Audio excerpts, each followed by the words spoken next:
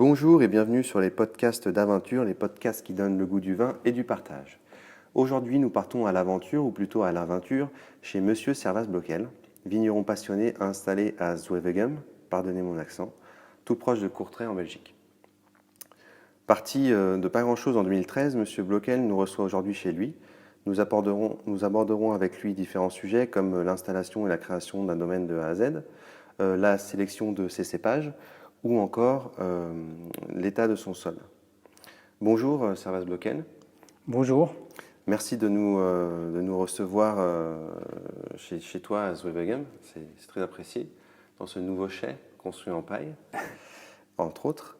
Servaas, peux-tu tout d'abord nous expliquer un peu ton parcours et ce qui t'a mené à créer le domaine en 2013?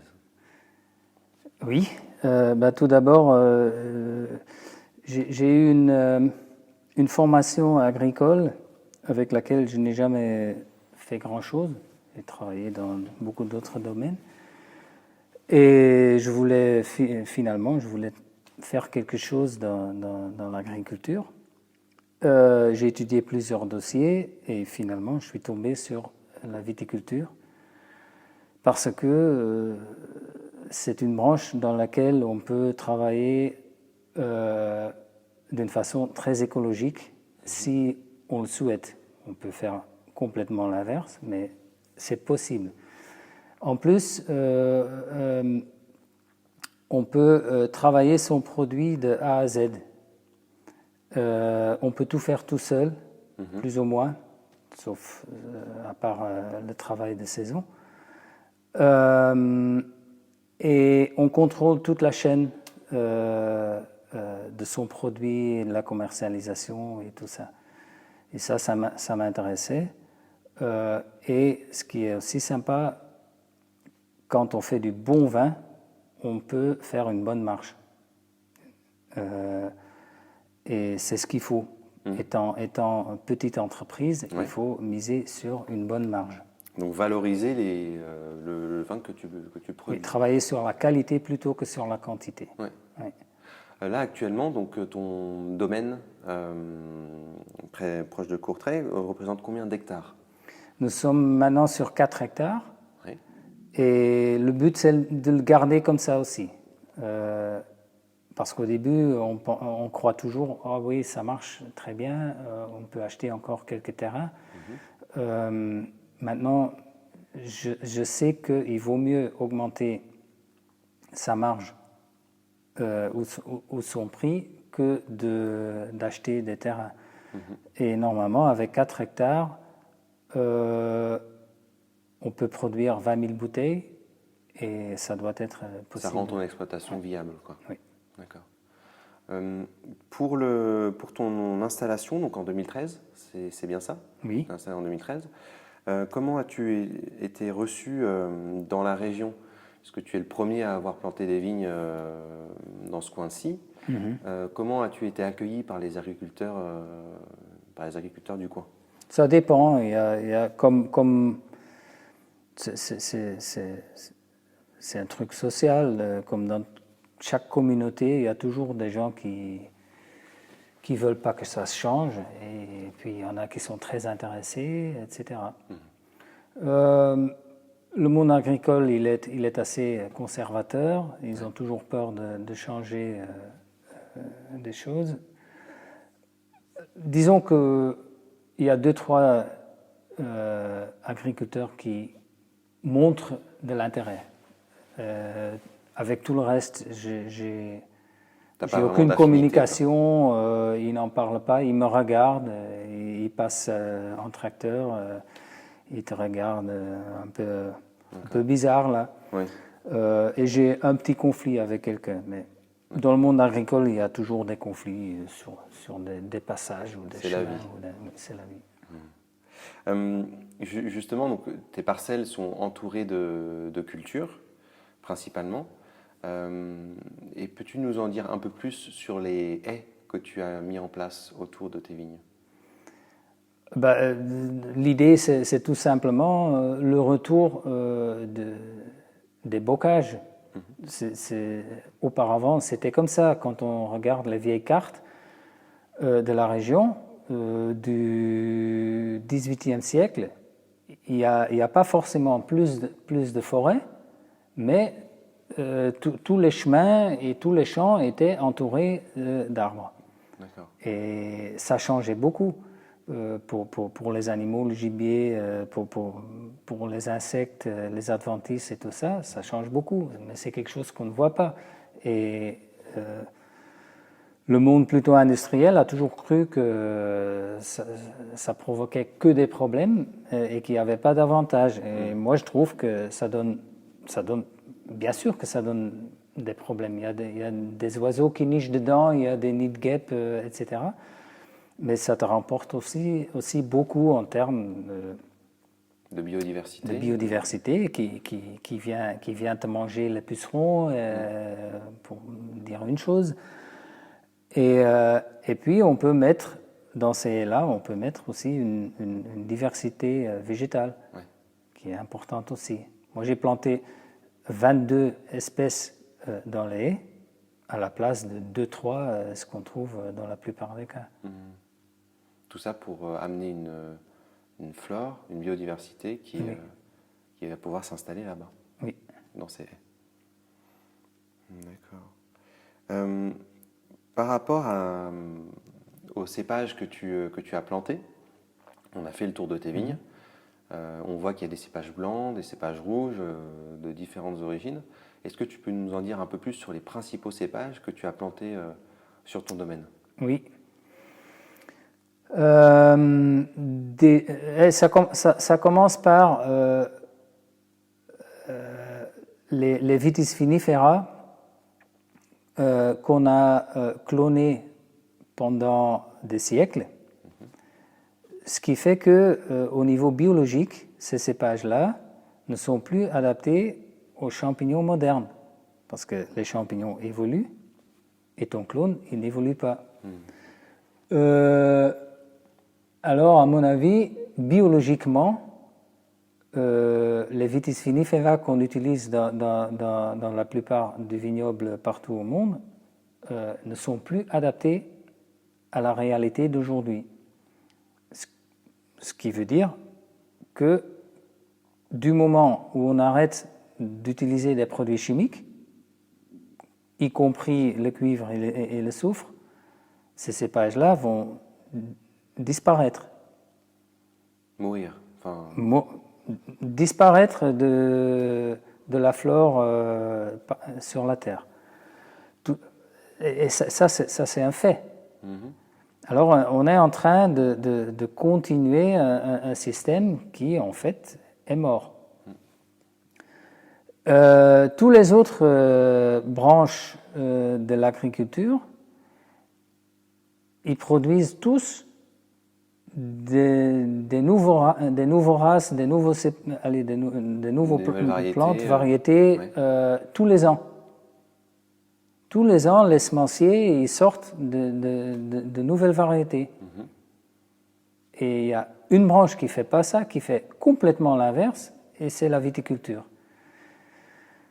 Puis il y a eu les Allemands qui ont compris ça et qui se sont dit on va commencer à ressemer des pépins, de faire des croisements, et on va essayer de croiser, comme on a fait avec les vieux cépages français tels que le Bacot. Mais à la place de croiser avec des cépages américains, ils ont commencé de plus en plus à croiser avec un cépage chinois, le Vitis amulensis. Et c'est là que ça devient intéressant. J'ai trouvé des vignerons qui avaient planté que ces cépages-là. Je les ai goûtés. On n'avait pas ce problème de goût foxé ou de sous-bois éclaté, etc. Des vignerons en Allemagne ou un peu partout? Ça, c'était un vigneron en Belgique, le domaine du Chenois. C'était le premier à planter 10 hectares avec que ce qu'on appelle en Allemagne des piwis, des cépages résistants. D'accord. Puis après, on peut discuter sur le fait si ça va faire du bon vin ou pas, blablabla. Moi, je ne suis pas d'accord avec cette discussion-là. Tu les plantes, tu en fais du vin et tu regardes ce que le consommateur, et tu constates ce que le consommateur il en pense. Et c'est clair que même mon propre père, il a tellement habitué à la structure gustative des Bordeaux classiques qu'il ne va plus changer, lui. Oui, il ne comprend peut-être pas le nouveau style que tu as. Mais les jeunes qui adorent les vins bien fruités, etc., ben, eux, ils adorent. Alors que ce soit que ton bon vin, il est issu de Pinot Noir ou issu de Rondeau et de Solaris, pour moi, ça c'est pas la discussion. Oui, alors, c'est pas le débat. Du coup, j'ai tout planté avec ces cépages-là et je pense que j'en ai une dizaine à peu près différents cépages, principalement Rondeau, Solaris, Bronner et Muscat Bleu. D'accord. Et Cabaret Noir. Je pense qu'il y a autant de chaque de ces cépages-là. Et puis après, en plus petite quantité, il y a... Il faut que je réfléchisse maintenant parce que... Bon, on regardera plus tard. Le Sauvignac, le Rhino, le Riesel, le VB 32,7. Oula, c'est un nom de code. Oui, c'est un nom de code toujours. Oui, c'est à peu près ça. D'accord. Oui. Dans la continuité justement de ton travail de ces cépages, peux-tu nous parler un peu de la façon dont tu entretiens ton sol, si tu l'entretiens? Est-ce que tu pratiques le labour ou pas? Pour quelle raison? Non, je me suis... j'ai étudié un petit peu la permaculture, l'agroforesterie, l'agroécologie, et j'ai fait en quelque sorte une combinaison avec tout ça. Et en gros, c'est qu'on ne travaille plus jamais le sol, uniquement sur des places où c'est plus ou moins nécessaire, comme dans le Cavaillon, là, il y a un disque qui passe à 5 cm de profondeur. Donc tu passes un disque crénelé ou un disque crénelé qui brasse un petit peu la terre là. Et c'est suffisant pour entretenir, pour garder le vignoble assez aéré et tout ça. Et puis tout le reste, au mois d'octobre, on sème un métail le plus dense possible qui va pousser pendant l'hiver et qui va servir comme nourriture, surtout en carbone, au printemps. Et au printemps, on va rouler tout ça avec un rouleau Faca qui va écraser les tiges sans les couper. Donc les plier. Les plier, oui. Et comme ça, cette couverture, elle va dépérir très lentement et servir comme nourriture pour toute la faune et la flore qui s'occupent du sol. Et après, quand on sort d'un champ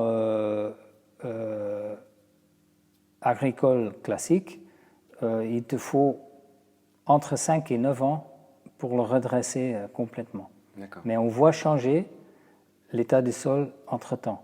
Ça commence avec des grandes mottes dures, comme des pierres, et ça finit par un couscous complètement grumuleux.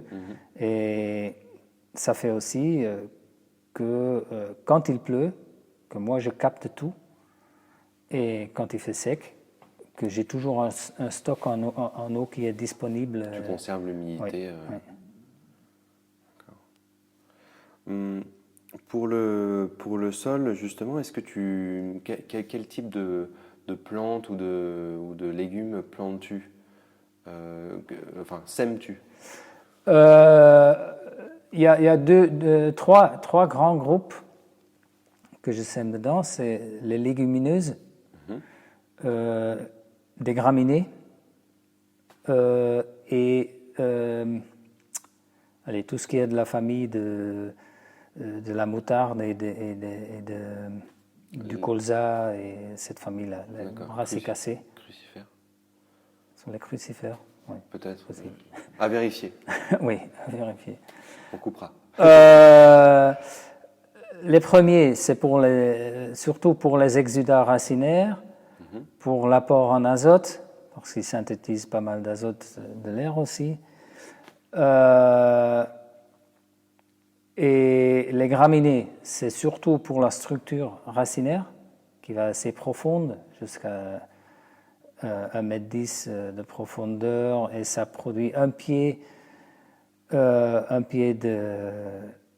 de seigle, par exemple, peut produire 110 km de racines en total. C'est énorme. Oui, c'est énorme. Et puis, les brassicacées, ça, c'est surtout pour le travail ils ont des racines très, très grosses et très pivotantes. Et ça aide à structurer aussi le sol. Par rapport justement à ces différents cépages que tu utilises et le travail du sol, dans la continuité de ça, donc tu procèdes à des vendanges manuelles, ici. Tu apportes le raisin dans ta cuverie. Comment t'y prends-tu pour vinifier les raisins que tu cultives? On les égrappe à la main sur une table avec des trous dedans. Oui. Les rouges et les blancs, tout confondus. Et comme ça, une grande partie du raisin est écrasée et une autre partie ne l'est pas. Et dans ces baies encore entières, il se passe une petite intracellulaire qu'on peut comparer avec la macération carbonique.